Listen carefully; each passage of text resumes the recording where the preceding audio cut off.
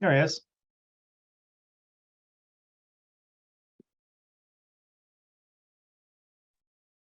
Hello, Jim. Hi, Gaspar. How are you? How are you doing? Good, thanks. If you wanted to test your presentation, that would be great. And we're going to get started in just a minute. Sure. I will do that immediately.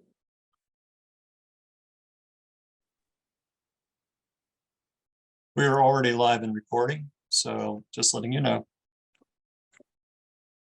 There. Are you able to see the thing? Okay. Perfect. Yep. So I'm going to grab the screen, Gaspar, for just a minute. I want to show the Sure. some of the observatory status, but I'll hand it right back to you when I'm done. Sure. Oh, you'll need to stop sharing.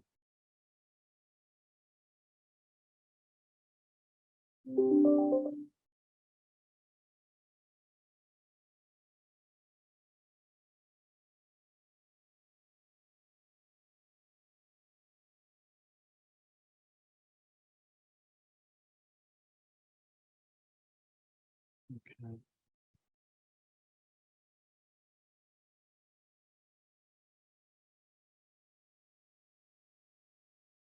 All right. Well, never mind then. Welcome everybody to this week's community Zoom. Looking forward to today's talk on molecular gas content. I just wanted to give you a quick update on what's happening at the observatory. Gaspar, are you able to stop sharing, please? Thank you. All right. So if you can see my screen.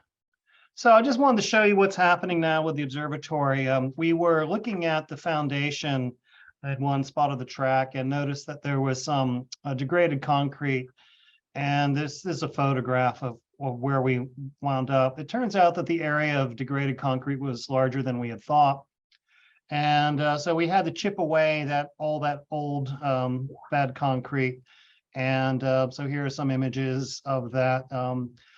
In some places, the concrete was down to what felt like sand and rubble or mud. In other places, it was still hard, but it was coming apart in big chunks, and that was a sign of degradation too. So as you can see here, we've cleaned the concrete out through a lot of this section of the track, and we are now going to pour a new batch of concrete. That should happen in the next couple of days. We need then time for the concrete to cure and to check it out. Fingers crossed, we'll be back up in the air on the air in the next couple of weeks. So we're shooting for an end of the month return to operations at the Green Bank Observatory. Winter is upon us here in Green Bank. We thought we could avoid winter entirely this year, but it came back with a vengeance yesterday. We had several inches of snow, and it's cold here. So for Gaspar, who's in Chile, we're envious. And for those of you who are in cold climes, we commiserate. So I'll hand it off now to Jay Lockman, who can introduce today's speaker. Yeah, thanks very much, Jim. Today's speaker is Gaspar Galaz from the Pontifical University in Chile, and he'll be speaking to us on the molecular gas content of the low surface brightness galaxy Malin 1. And we will have time at the end of his presentation for questions. If you use the Q&A button on the lower part of your screen, we'll field them that way. And I just want to remind everyone that the session is being recorded for later viewing. So Gaspar, why don't you just grab the screen and take it away? Sure. Thank you, Jay, for the introduction. Okay. So let me share the thing.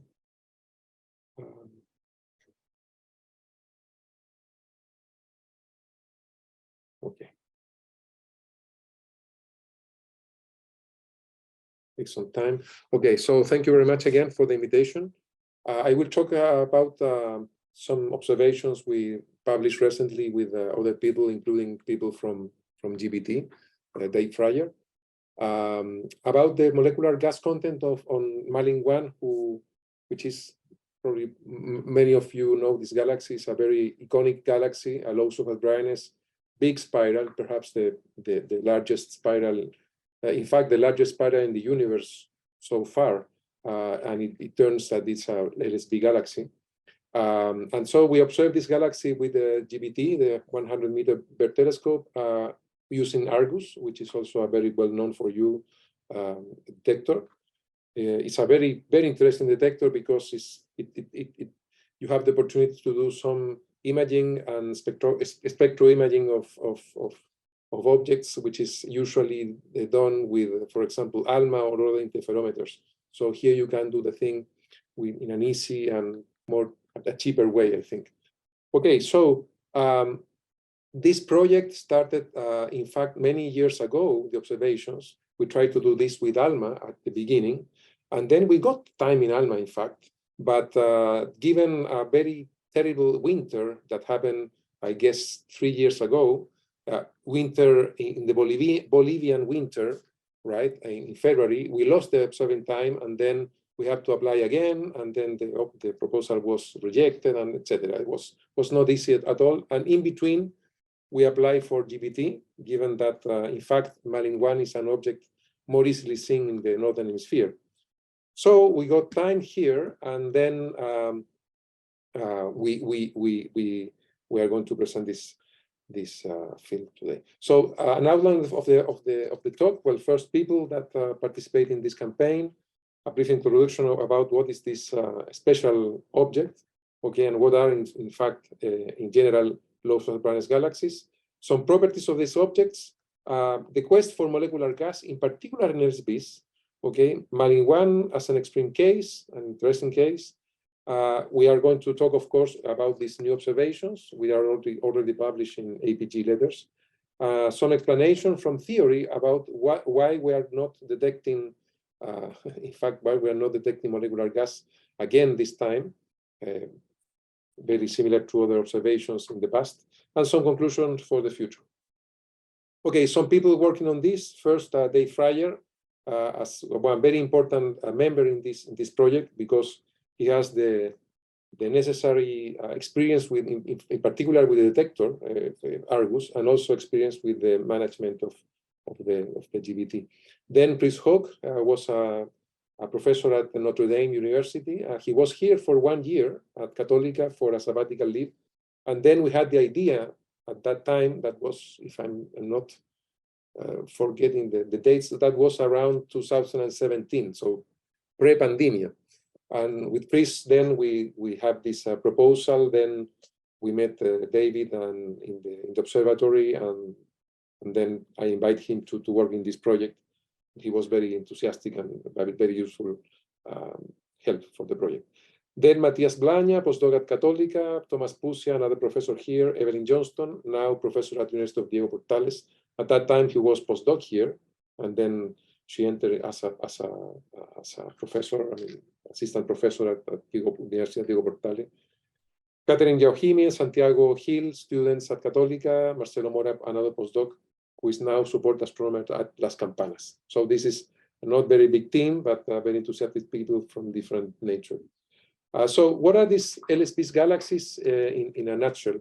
Well, perhaps you know, LSBs are, simply speaking, very diffuse galaxies where the people has, I mean, we all researchers working on this since many years. We have been agreed to say that everything that is fainter than 23rd magnitude per square second, more or less, is an LSB galaxy. Of course, this has a historical reason. Many of you can remember perhaps the works of Freeman in the 70s, when he detected spirals using photographic plates. And then he remarks that most of the spirals have a minimum brightness of 21.665 magnitudes per square second. At that time, he didn't realize that was a bias introduced by the plates. Okay, in the plates you are unable to subtract the sky, so you in fact have the sky as a limiting factor for the bright surface brightness. So that was not a property of the spirals and the disks, was a bias introduced by plates. Disney also showed that in Nature, in a very beautiful paper in Nature, that was a bias, etc. So these galaxies came in a lot of different flavors, shapes, and sizes. And especially talking about sizes, these slides show the dramatic change in different kind of sizes you can find in these galaxies. Here, of course, you have Malin 1. All of these are at scale. Here you have Malin 1. You have also the Milky Way there up in the image. The difference is impressive. It's really hard to imagine a galaxy of the size of Malin 1, which is about 200 kiloparsecs diameter. Then you have some ultra-diffuse galaxies that are, in principle, some of them, not all of them, but some of them are of the size of the Milky Way. And then you have dwarfs, okay? And then you have very, very small galaxies, as you can see in the upper right panel, okay? These galaxies are very, very dim galaxies and very small. Okay, the object of the goal of this talk is not to talk about the very nature of all these kind of galaxies, but on the special case of this giant galaxy Malin 1 and the effort to detect molecular gas there. Okay, some properties of LSBs. Well, they have many of them, most of them have large atomic gas fractions, okay, low molecular to atomic gas fraction, very low dust content in general, okay, there are some exceptions, of course, as usual. The fact to have low molecular to atomic gas fraction is, of course, related to the low dust content, okay? You form molecular gas, in particular H2, when you have dust. Without dust, it's very difficult to form this gas, okay? In some cases, of course, very low or even lack of molecular gas, as you will see shortly. All of these properties indicates that LSBs are in general have a picture of to be under-evolved galaxies with a very slow stellar formation, right? So the classical picture is that you have a galaxy that is forming stars very slowly, given a low molecular gas content, low dust content, and then you are forming stars, but you're having some clumps, but in general, you have a galaxy which is not forming too many stars. The table I'm showing here is a table from O'Neill and company. In fact, Karen was the first, very well known for you also, I guess. Karen had the first detection of molecular gas, CO, in an LSB. Okay, in the 80s, many people tried to detect this the gas in these galaxies without success. And then in 2000, Karen detected the first signal of CO, molecular gas, in an LSB. But that was a rather obscure LSB. You have the detections in the upper panel there, at right upper panel. It was a rather obscure LSB. It was not a big one, was not a textbook spiral galaxy, as you can imagine. It was a galaxy located at rather high redshift without too many interesting features, but was at the end an LSB, and there was a gas there. She takes a lot of, well, she takes 4 galaxies, these galaxies in the table, and just one of them exhibit molecular gas, okay? The table and observations at that time, as well as today, show that these galaxies have a very small molecular gas fraction in general, okay? And that they have a very low line intensity. Okay, why is important to understand the stellar formation and in general the behavior of the molecular gas at low density regime is because we know that the stellar formation is directly related to the density of the gas, in particular the molecular gas. This is very beautifully explained, as you know, in the so-called Schmidt-Kennigat plot. Some people call this the Krumholtz plot, etc., but it's the same thing. So this relates the density of the gas, the surface density of the gas, as a function, or better saying, the stellar formation rate density, okay? So the number of stars you form per kiloparsec square as a function of the surface density of the gas. Here you have to include in general molecular and atomic gas but we know that is perhaps the molecular gas which is more important in these kind of cases. So in green here you have the galaxies compiled by Wider in 2009. This is more than 10 years ago, in fact. And you see that these galaxies are at the bottom left end of the relationship, where we suspect that the linearity of the relation is broken. Okay, we can discuss a lot about this, but it's not the case to emphasize more on this in this talk.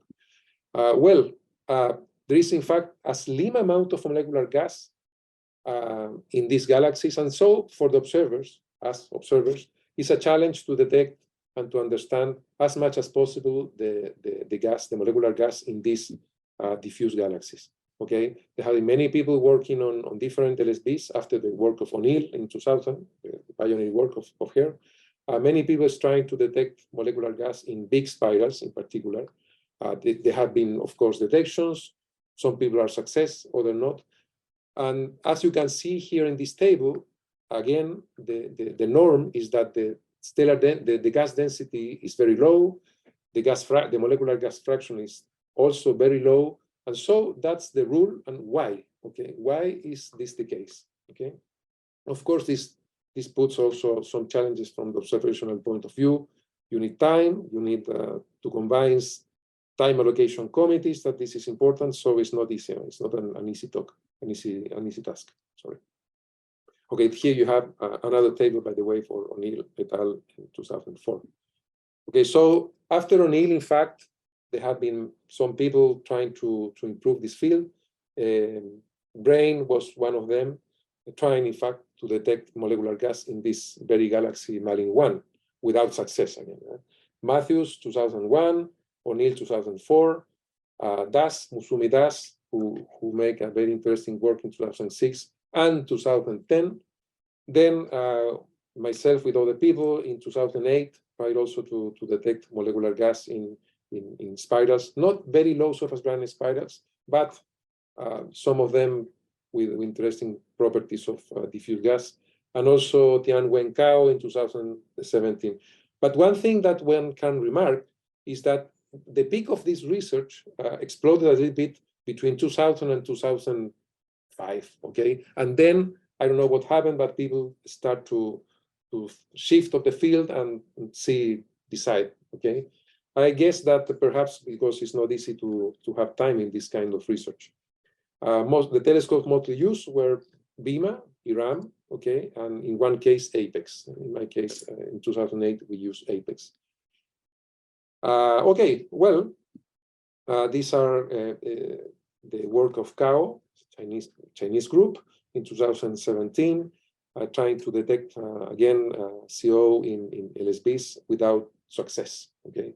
This is interesting because they test, I guess, more than 9 LSBs and without success, but not Malin 1, by the way, okay?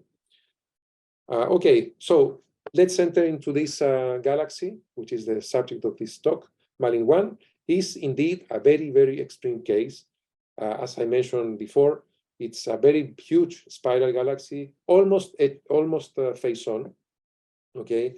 This is an HST mosaic by Impey and company in 1996. I will say something about it afterwards. The mass, the H1 mass of Malin 1 is huge. It's almost 7 times 10 to the 10 solar masses. It's really, really huge in H1. In fact, the galaxy was discovered as an strange thing because in 1987, Botun, Malin, David Malin himself, and other people, they discovered this galaxy in plates without too many things. But then when they compared the H1 emission of this galaxy, they realized that the emission of H1 was huge, much more extended than the optical part that they saw in the images at that time. The image at that time was not this Hubble Space Telescope image, was another one in plates, and was very difficult to see the spiral arms and the disk, almost impossible to see in the image. But when they matched the optical with H1, they realized that was a huge thing. And when they see the redshift, which is 082, as at the point in the table, they have the conclusion that the galaxy was very far away. And so the physical size should be something about 150 kiloparsecs, a monster. Even some people doubt, and they measure again and again the redshift to be sure that it's not. Some people think that could be a galaxy overposing in the same image, but different galaxies, but was not the case too, etc. Okay, so there were since the discovery, there were many campaigns to detect molecular gas in this galaxy, with anyone successful, including our last effort. Okay, the most important campaign was INPI and Company in 1989, Radford in 92, and Brain, okay, in 2000, and then us, say 20 years after, okay, with GBT. Well, there were at the same time some dramatic cases, people that had to got time and then they forgot, they were wrong with the galaxy, with the coordinates, they cannot point very well in the telescope. Others were wrong with the velocity of the galaxy, then they were looking at another part of the spectrum, etc., etc. But so these kind of things happen. Okay, so entering to our very results. This is the galaxy.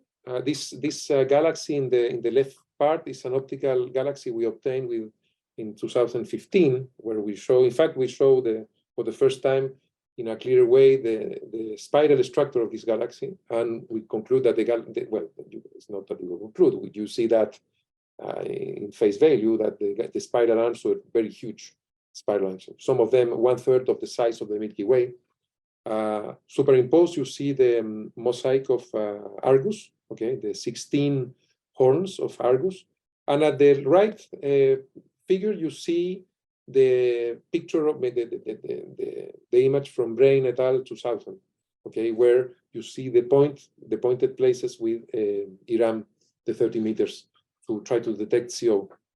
Okay, in the case of them, they try to detect CO21. In our case, was CO10. Okay, we proved some of the same places where Brain observed. Okay, without success. So in general, in summary, we got 40 hours of total time. This is a lot, with 2 different proposals.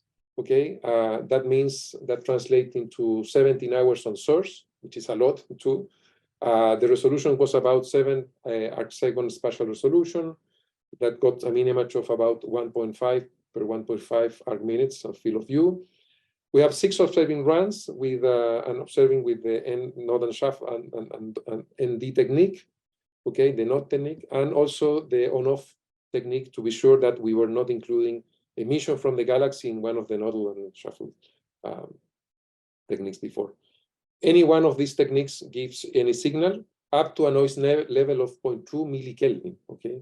By the way, this is the lowest threshold obtained so far with a radio telescope in this galaxy. Okay. The extended source CO limit was about 0.09 Kelvin per kilometers per second. That means almost 20 times more sensitive than the work of Brain 20 years ago. Okay, so that puts, of course, a very important constraint in the upper level of the molecular mass you can have in this galaxy in principle. Okay, we also correct from peculiar velocity from the H1 rotation curve, obtained, of course, in H1, which is a big bet. No, it means we are supposing that the molecular gas is rotating at the same time with the same rate around the galaxy as the H1 does. But of course, this is not completely sure. It's the only tool we have to correct if the gas is moving and we are summing up things at different velocities in the different forms when we do the mapping. Okay, we use the rotation curve obtained by Pickering and Lely 2010, who by the way improve a little bit the rotation velocity provided by Pickering at the end of the last century. Okay, another interesting thing which happened with this analysis, when we compared with brain, we have to recompute all the things that he had in the paper, because he uses not the cosmology of with lambda CDM cosmology, but the old cosmology in the pre-expansion of the accelerated expansion of the universe. So we have to change the things, and curiously, many things change, sometimes 10, 20%. So it was important to do this correction. Well, result, in summary, no detection so far. So this is an elegant way to communicate to the community that we didn't detect anything, but we made the best effort, and we used as precise as possible the available data given by the GBT. So we compute the upper limits for the molecular gas mass and the surface mass density, and this is the values. You can see that in the paper. It's around 0.3 solar masses per square parsec. Okay, this is very low. It's not the lower, but it's low, and it's similar. Doing the cosmological correction is quite similar to the value obtained by brain. Okay, the same for the molecular to atomic gas density ratio.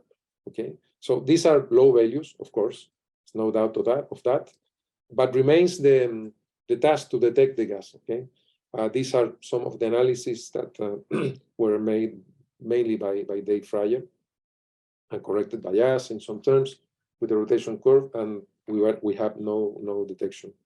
Okay, we have analyzed the central region, of course, by one way, and then separately the whole signal of the whole mosaic summa, combining the 16 horns. That's the results. Of course, we have some doubts. We have some parts in the spectrum where we think that perhaps there is a hidden signal. We made all the analysis, all the combinations, discarded some bad data and everything, and finally, there were no detection. This is the same, but correcting by the rotation curve. Okay, so in fact, when you correct, some of the signal, in fact, seems to disappear even more. For example, this emission, or this feature here. Okay. Okay, so those are the results. So I can explain or talk a little bit very shortly about what are the explanation of this. So in trying to understand this non-detection, I found this paper also published 20 years ago, and I put this astrophysical Alzheimer just because there are many papers that you can find in the past, 20 years ago or so, and they can be used today to explain many things that people is not using. I mean, always people is coming back to papers 2 or 3 years ago, and they forgot that these kind of problems, perhaps, and what was the case here, were discussed many years ago. In particular, this paper by Chris Mijos and company discuss the ISM, or what you can measure in the ISM, when you suppose that you are in an LSB galaxy at very low surface density. The paper analyzed a model. It's not a very complicated model, but they conclude with interesting things that can be used here to explain some of the things we observe. So these models use ISM, taking into account UV radiation, re-emission by dust, and thermal and chemical balance in 3D.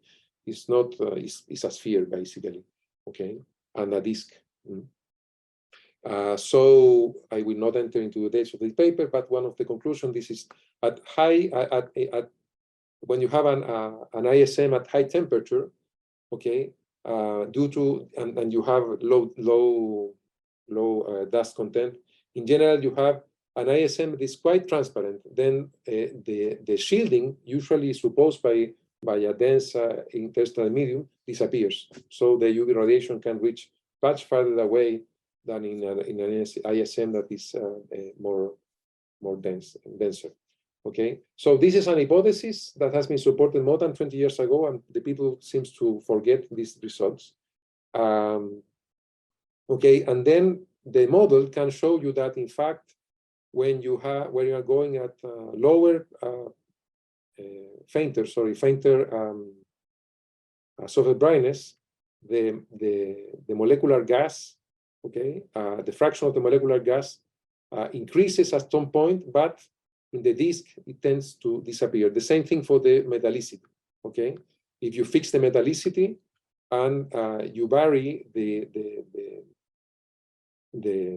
surface brightness, then you have also that the temperature of the gas seems to be increasing for the center of the configuration, and then to the outside of the configuration is decreasing. Okay, etc. There are other plots here. This is one of them that is interesting. Okay, the intensity of CO. Okay, in carbon. Okay, there are others here too. Okay, it's another one. Okay, where is the? It was showing some. I forgot to put another one. Well, etc.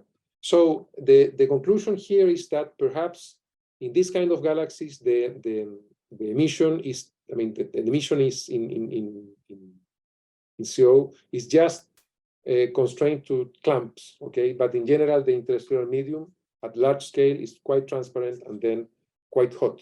Perhaps that is the reason that why we are not detecting CO in this kind of galaxies.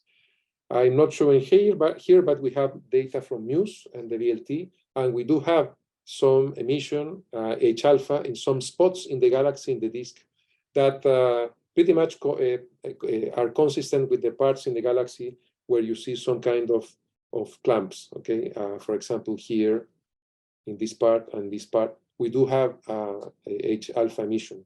Okay, so this is it's an unfinished work yet. For sure, the gas should be there and should be detected. We are thinking also that to use other molecules, perhaps more better suited for this kind of ISM, and not CO10 or 21, which are perhaps better for colder ISM. Okay, so this is the thing. So these are the conclusions and the future. Well, of course, the future is to apply for ALMA. These results could be interesting to boost and to have a better evaluation for the panels for this kind of work, which is, I repeat, not easy to convince people that you can invest a lot of time using detectors to study just one galaxy. Okay? For many people in the panels, this is just one galaxy, another one. But in fact, it's a very interesting galaxy, which is an important piece to understand the galaxy formation and evolution. When you see this kind of galaxies, you have to explain how these things forms. Okay, and there are some results, of course, in the last 2 or 3 years that are consistent with what we are measuring here. Okay, thank you very much, and we can perhaps have time for questions. Thank you. Okay, thanks very much for your presentation. We have time for just 1 or 2 questions, and I see one here. Yes. Has there been any determination of estimates of the relative mass of the low surface brightness galaxies, supermassive black holes, and whether they come in at the typical size?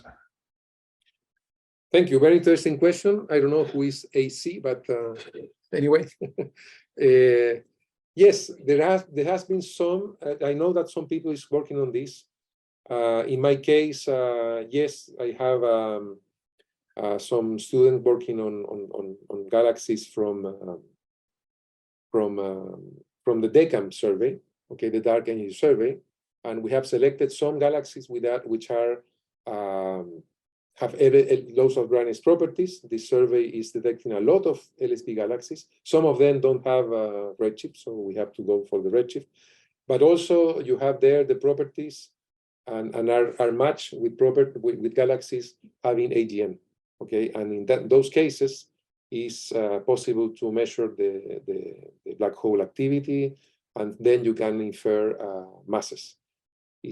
I cannot tell you more, but of course, there are some interesting relationship. Another way to ask the same is, for example, to look for the the fraction of LSBs having AGN, okay?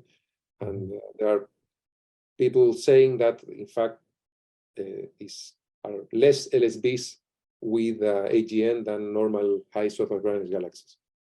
There are some publications, myself with other people published these kind of things in 2011, okay? So that is something that has been studying, but of course, the precise question here is something that nobody has addressed too much up to now. So thank you for the question. Well, there are a number of questions that have come in, Yeah. but we just have time for one final one. And let me choose this. If the low CO transitions are not detected because the ISM has been more heated, should there be a signature in the velocity dispersion of the H1? A very interesting question. Yes, but we don't see anything. We know that the H1 velocity dispersion is high in this galaxy, but it's not right. I mean, it's not significantly higher compared to other spirals, phase-on spirals like this. Okay, so it's not completely clear. Okay. On the other hand, you know that there is a relationship between the surface density of H1 and the size of the galaxy. Okay, sorry, let me see if that or is the mass. Now I'm confused.